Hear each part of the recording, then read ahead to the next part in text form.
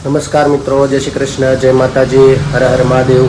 કેમ છો બધા? સ્વાગત છે તમારું અમારી યુટ્યુબ ચેનલની અંદર. આજે છે વાર શનિવાર છે અને આજે છે ઇન્દિરા એકાદશી.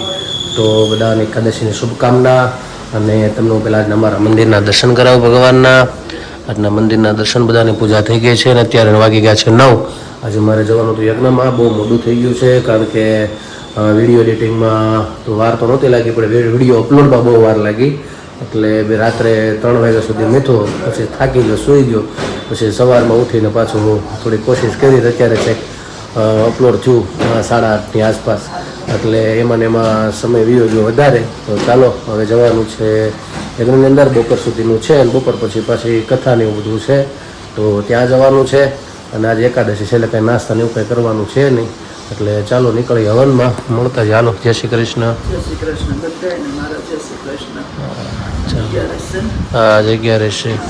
તો ચાલો ઠીક છે, બહુ મોડું થઈ ગયું છે. મળીએ. વરસાદનું તો આખી રાત કાલે વરસાદ આવ્યો હતો અને અત્યારે પાછો નથી, પણ આખી રાત કાલે બહુ આવ્યો વરસાદ. લગભગ 11:30 12 ચાલુ થઈ ગયો તો 12 સાડા 12ની આસપાસ. પછી છેક 2:30 વાગ્યા સુધી 4 વાગ્યા સુધી આવ્યો હતો, પાછો રહી ગયો છે અત્યારે. ઠીક છે, મળીએ બપોરે પાછા. બસ જો અત્યારે તો બપોરનો ટાઈમ થઈ ગયો, કામકાજ કરીને નવરા થયા અને હવે ફરાળ બનાવું છું. ફરાળમાં તો જો સૂકી ભાજી બની ગઈ છે અને વેફર તળાઈ ગઈ, દાણા થઈ ગયા. હવે બનાવવાનો છે શીરો. તો શીરો બનાવી જો દાણા થઈ ગયા. હવે શીરો બનાવી નાખું, પછી થોડુંક આસ્તો માટે રોટલી 2-3 રોટલી કરી નાખું. રોટલી કરીને પછી ત્યાં પપ્પાની આવી જાય, ત્યાં આવ્યા નથી કોઈ પ્રદીપ નહીં, તો આવી જાય પછી ભગવાનને થાળ ધરું, ત્યાં શીરો થઈ જાય અને રોટલી કરી નાખું. તો બસ જો અત્યારે તો 5:30 થઈ ગયા અને અહીંયા ફરાળી બની ગયું છે બધું. તો ફરાળમાં તો છે શીરો ને સૂકી ભાજી ને દાણા ને વેફર ને એવું બધું છે. તો ભગવાનને થાળ ધરી દઈ. પછી પપ્પા અને પ્રદીપ ને કાંઈ આવ્યા નથી, આવે એટલે પછી જમવા બેસીએ ફરાળ કરવા. અને આસ્થુને જમાડી દીધી છે અને એના માટે રોટલી ને એને ગોળ રોટલી વધારે ભાવે તે રોટલી બનાવીને એને જમાડી દીધી. અને તો બસ હવે ભગવાનને આપણે થાળ ધરી દઈએ. બસ પપ્પા અને પ્રદીપને આવે પછી જમવા ફરાળ કરવા બેસી. તો હાલો ભગવાનને થાળ ધરી દઈએ. જય ભગવાન, હે મારા વાલા, જમવા પધારો તમે. તો મારે એક શીરો બાકી હતો, બાકી તો બધું થઈ ગયું હતું. તો જો શીરો ને સૂકી ભાજી ને સિંગદાણા ને વેફર જમવા પધારો એવો ભાવ કરી ભગવાનને. તો બસ હાલો ભગવાનને થાળ ધરી દીધો. હવે પ્રદીપને આવે પછી જમવા બેસું. તો તમે બધા આવો ફરાળ કરવા. ચાલો મિત્રો, તો જો અત્યારે વાગવા આવી ગયો છે 1:45 અને અમે લોકો આવી ગયા છીએ ઘરે. અને આજે તો એકાદશી છે એટલે એકાદશીમાં તો ફરાળ ને એવું બધું છે. અને કલ્પેશભાઈને આવ્યા છે મારા શાળાની, એટલે અત્યારે તો પછી તબિયત બધાની ઝીણી બગડેલી છે. બીજા બધા ફરાળ કરવા. ધવલ ગયો અચાનક તેડવા. અમારે દુરુબેન ત્યાં રહેતા નથી, હવાના કહેતા હવે છે એટલે જીમા વગરનો પેલા તેડવા ગયો છે અને અહીંયા આવું છે ઘેરે. એટલે અહીંયા આગળ આવી જશે ને અમે લોકો જો ફરાળ કરવા બે ગયા છીએ. થોડું ખાઈ લઈ, પાછું જવાનું છે મારે કથા કરવા ઠેઠ લટકા. એટલે અહીંથી હવે તરત હવા બેઠીએ તો નીકળી જ જવું પડશે. તો ચાલો તમે ફરાળ કરવા આજે એકાદશી રહ્યા છો કોણ કોણ કોમેન્ટમાં લખજો અને કહેજો. તો ચાલો બધા ફરાળ કરવા. મિત્રો અત્યારે વાગી ગયા છે 11:15 અને અમે લોકો જો ફરાળ કરી બધા ફ્રી થઈ ગયા છીએ. અને આ બાજુ રમે છે બે બેનું અને જોવે છે વિડીયા. પહેલાં અમારે આગળના બધે હમણાં કાર્યક્રમ હતો એના, તે એલા ફોટો ને એવું હોય ને એવું બધું બે જોવે છે. એવું બધું છે ને મારી બાજુ તૈયાર છે હવે ભજન માટે. અંદર જાગુ તૈયાર કરે છે ખુશીને લઈ જવાનું. પણ ચાલો આપણે ઘડીક કંઈક કહીએ અને આની કાઢી તૈયારી કરીશું. તું પણ ખોટી તૈયારી કરીશું, ખોટી તૈયારી કરીશું. બંધ રહ્યું ફોન આવ્યો, મેસેજ આવી ગયો મારા. પહેલી વાર બંધ રહેતું ને, પેલા બંધ રહેતું પાછું બંધ રહ્યું છે. કંઈક વરસાદના લીધે ના પડી છે કે વરસાદના લીધે બંધ રાખ્યું છે એવો મેસેજ આવ્યો છે. તો કાલે ફોનમાં વાત કરી લેજે ટીચર હારે અથવા એના ઓલા ગ્રુપમાં. તો શું કહેવાય એની હારે.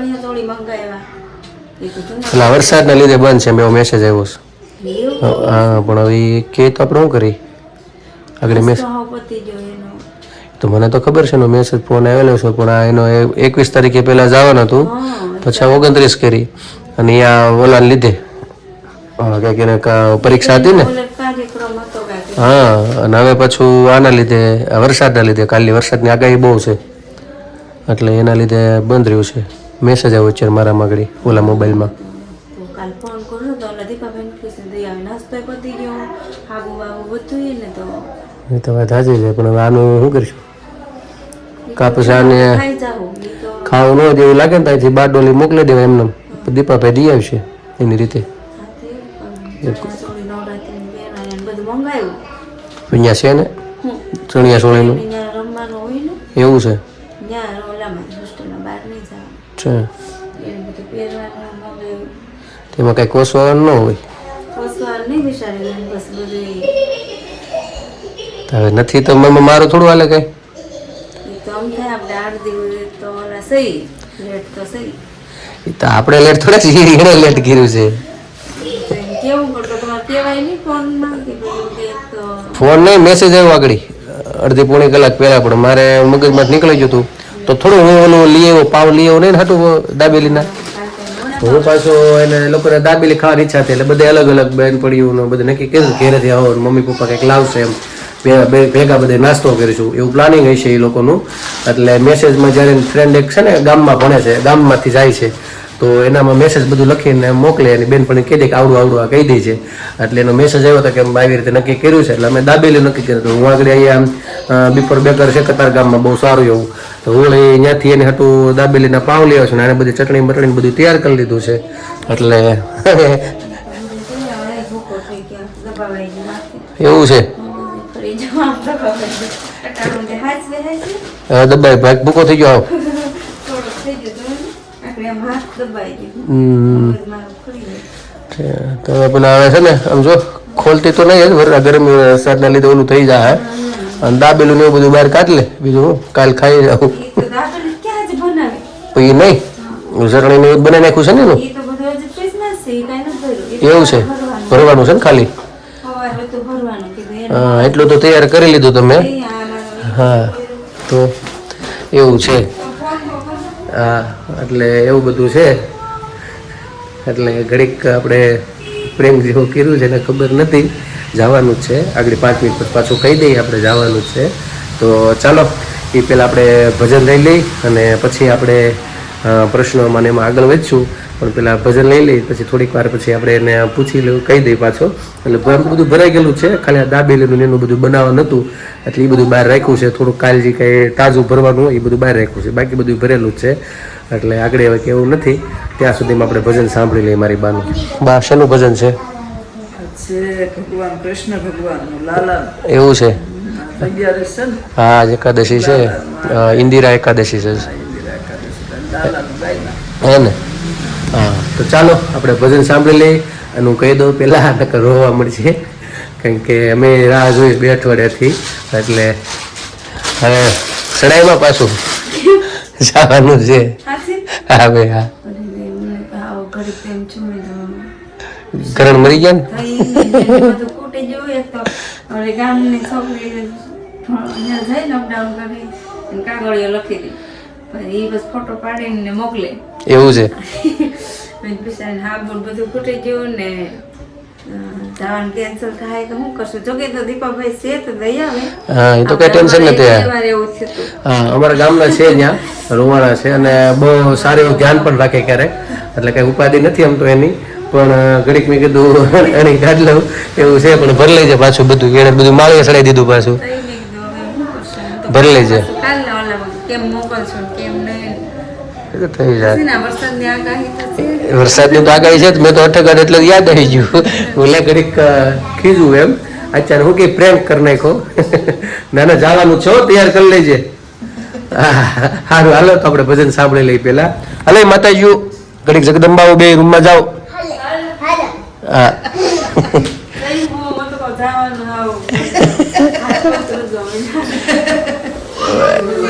જવાનું કારણ બધું ખૂટી ગયું નાસ્તો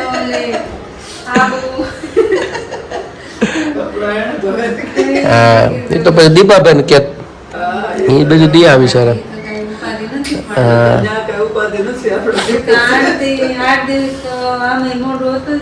21 તારીખે હતું હા 21 છે એને બદલે 29 21 તો પરીક્ષાના લીધે હતું પછી 29 કરી આજે એટલે આમ જો તો સાચું થઈ જાય હો. આ તો મારે મજાક થઈ ગઈ આ વરસાદ એવો છે તમે તો લોકો કઈ નક્કી ન હોય એનું તો એ પણ વરસાદ કેવો છે કેવું છે અત્યારે એમ કેવો એક ધારો ચાલુ છે આખો દિવસ આવ્યો સવારમાં એટલો બપોરે એટલો હું કથા કરીને આવું ત્યારે પણ વરસાદ હતો અત્યારે ફૂલ ચાલુ થઈ ગયો પાછો અને વાતાવરણ એટલું ઠંડુ છે અને પવન છે બહુ એટલે આનું કઈ નક્કી ન હોય પણ હવે કાલ તો નીકળી જવાનું પછી નીકળે પછી જોયું જઈશ જ્યાં પૂગી જાય પછી ભલે કંઈક ભાઈ નહોતું આવવાનું એટલે ખુશીબેન મોટું જોઈ લે ને એટલે અમને શાંતિ થઈ જાય. ઠીક છે ચાલો હવે એક નાનું ભજન લઈએ આપણે પછી આપણે પ્રશ્નમાં આગળ વધશું.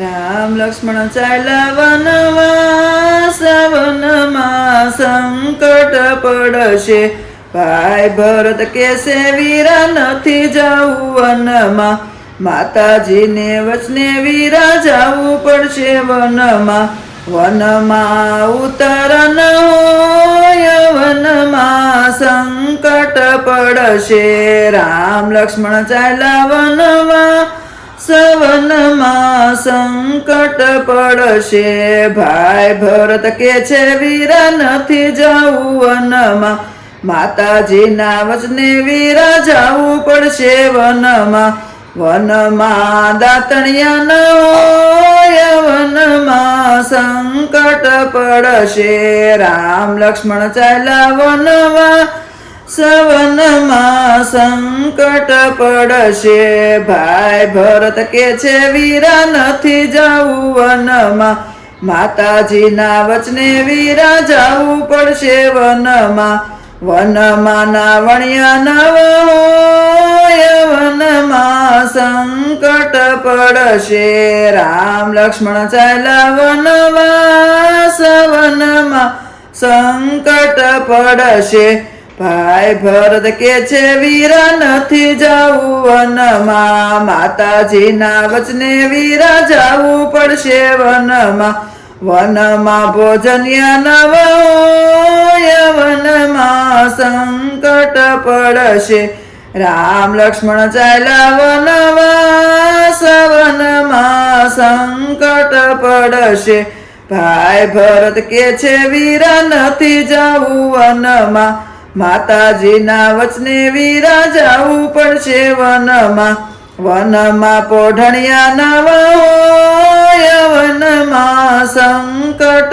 પડશે રામ લક્ષ્મણ ચાલ્યા વનવાસ વનમાં સંકટ પડશે કૃષ્ણ કનૈયા લાલ કી જય.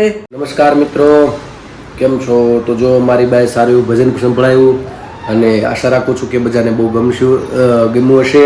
અને આજે જાગુ સાથે પ્રેન્ક કર્યો ઘડીક તો એને એમ થયું કે હાચીને ના પાડી એવો મેસેજ આવી ગયો છે કે ખુશીબેન પાસે નથી જવાનું, પણ આમાં તો ઘણી વખત હકીકત પણ બની જાય એવું છે. એટલે એને બધું પછી મૂકવા માંડી હતી, ટેન્શનમાં આવી ગઈ કે હવે શું કરીશું, આ બધી વસ્તુ લઈ આવ્યા છે આ ને તે થઈ જાય બધું. પણ પછી મેં કીધું વધારે હેરાન નથી કરવી, પછી કહી દીધું. અને બસ હવે આપણે આગળ વધીએ પ્રશ્નની અંદર. તો ગઈકાલનો જે પ્રશ્ન હતો કે ભગવાન રામે સ્વયંવરની અંદર જે ધનુષનો ઉપયોગ કર્યો હતો તોડ્યું હતું ને, તો એનું નામ શું છે અને એની પાછળનો ઇતિહાસ કંઈક ખ્યાલ હોય તો આપણે થોડુંક આગળ વધશું એમાં. તો એનું નામ છે પિનાક, એ ધનુષનું નામ છે.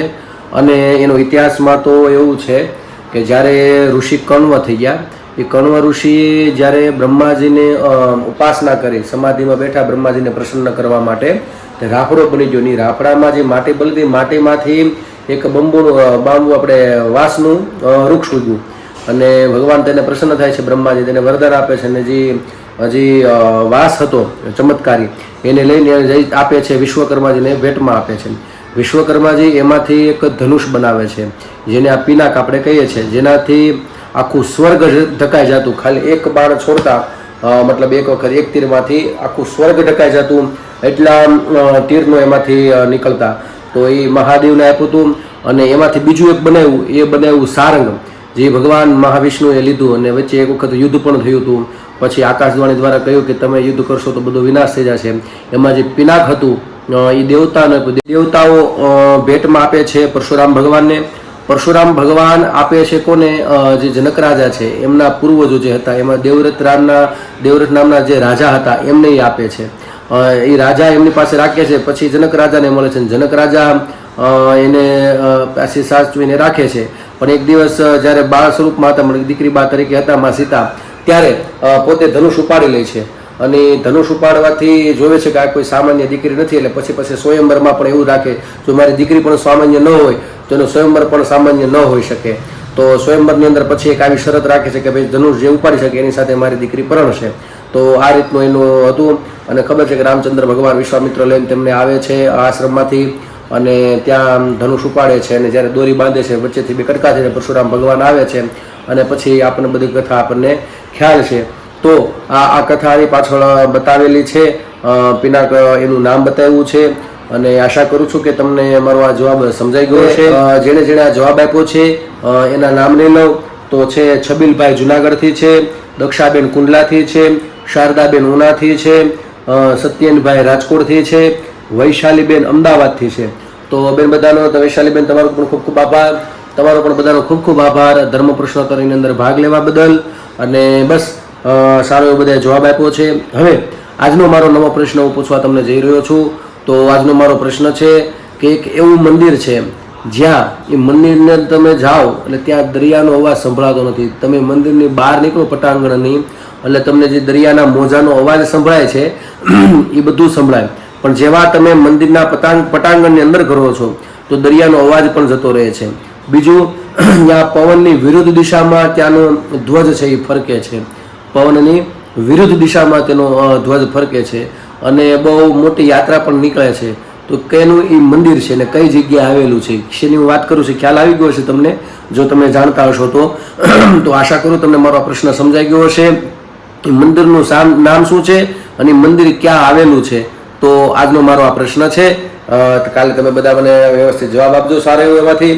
બસ હવે મારા બ્લોગને વિરામ આપું છું અહીંયા, કારણ કે અમારે દુરુબેન પણ આવ્યા છે અને અહીંયા હોરવતું નથી એટલે અહીંયા આવ્યા છે, રજા હતી એટલે એ રૂમમાં સુવા ગયા છે. આસ્થાબેન પણ રૂમમાં સૂતા છે અને કાલે સવારે અમારે હવે નીકળવાનું છે. ઘડીક પ્રેમ કર્યો તો જાગુ સાથે, પણ અમારે જવાનું છે ખુશીબેન પાસે. તો કાલે ત્યાં પણ તમને ખુશીબેનને મળાવીશું, વાતચીત કરીશું. અને ખાસ બસ હવે મારા બ્લોગને અહીં વિરામ આપું છું. અત્યારે વરસાદ પણ ફૂલ ચાલુ છે. તો કાલે મળીશું પાછા નવી મસ્તી સાથે, નવી વાતો સાથે. તો અમારી ચેનલને તમે લાઈક કરજો, શેર કરજો, સબસ્ક્રાઈબ કરજો. જો તમે નવા છો અમારી ચેનલ ઉપર તો શેર કરવાનું ભૂલતા નહીં, સબસ્ક્રાઈબ કરવાનું ભૂલતા નહીં. અમારો વિડીયો તમે શેર કરજો તમારા ગ્રુપ્સની અંદર. તો બસ આજ માટે એટલું. આવજો. જય શ્રી કૃષ્ણ. હર હર મહાદેવ. સનાતન ધર્મની જય હો.